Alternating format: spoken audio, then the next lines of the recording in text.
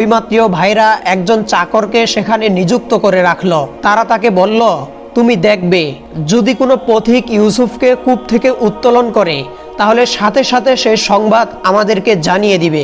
এরপর তারা সেখান থেকে চলে গেল এবং পিতার নিকট কি যুক্তি দাঁড় করানো যায় সেজন্য পরামর্শ করতে লাগলো। একজন বলল, তোমরা একটা ছাগল জবেহ করো, তার রক্তে ইউসুফের জামা রক্তিম করো, এরপর আমরা পিতাকে গিয়ে বলবো, আব্বাজান ইউসুফকে বাঘে খেয়ে ফেলেছে। পরামর্শটি সকলেরই পছন্দ হলো। সুতরাং পরামর্শ মোতাবেক তারা একটি ছাগল জবেহ করলো এবং তার রক্তে ইউসুফ আলাইহিস সালামের জামা কাপড়গুলো রক্তিম করা হলো।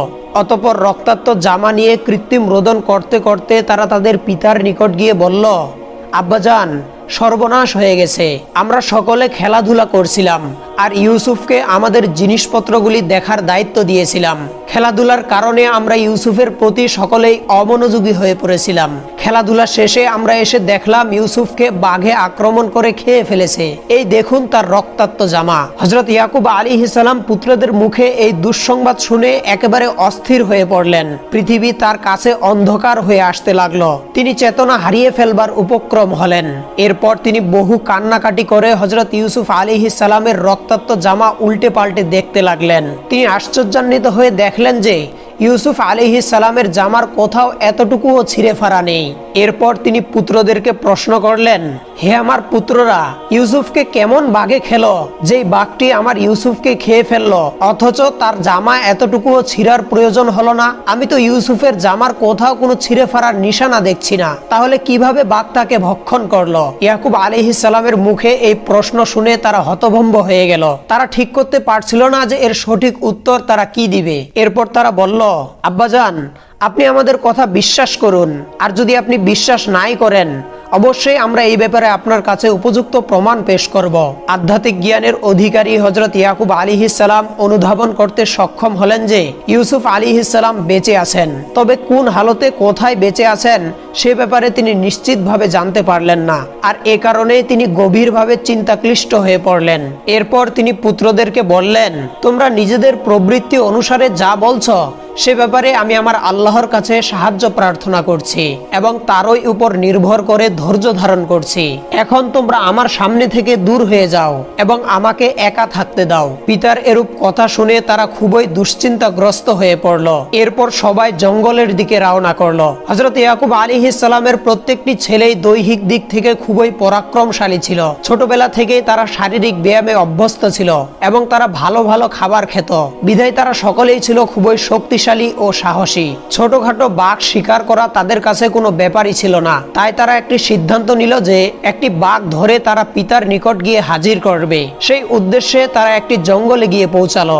জঙ্গলের মধ্যে প্রবেশ করে তারা দেখতে পেল এক পাহাড়ের পাদদেশে একটি বাঘ শুয়ে রয়েছে। তারা আস্তে আস্তে বাঘটির নিকটবর্তী হয়ে তাকে রশি দ্বারা বেঁধে ফেললো। বাঘটি খুবই দুর্বল ছিল, বিধায় কোনো ছুটাছুটি করলো না। অতঃপর তারা বাঘের মুখে কিছুটা রক্ত মাখিয়ে দিল, যেন সেটাকে দেখলে মনে হয় যে ইতিপূর্বে সে কোনো প্রাণী ভক্ষণ করেছে।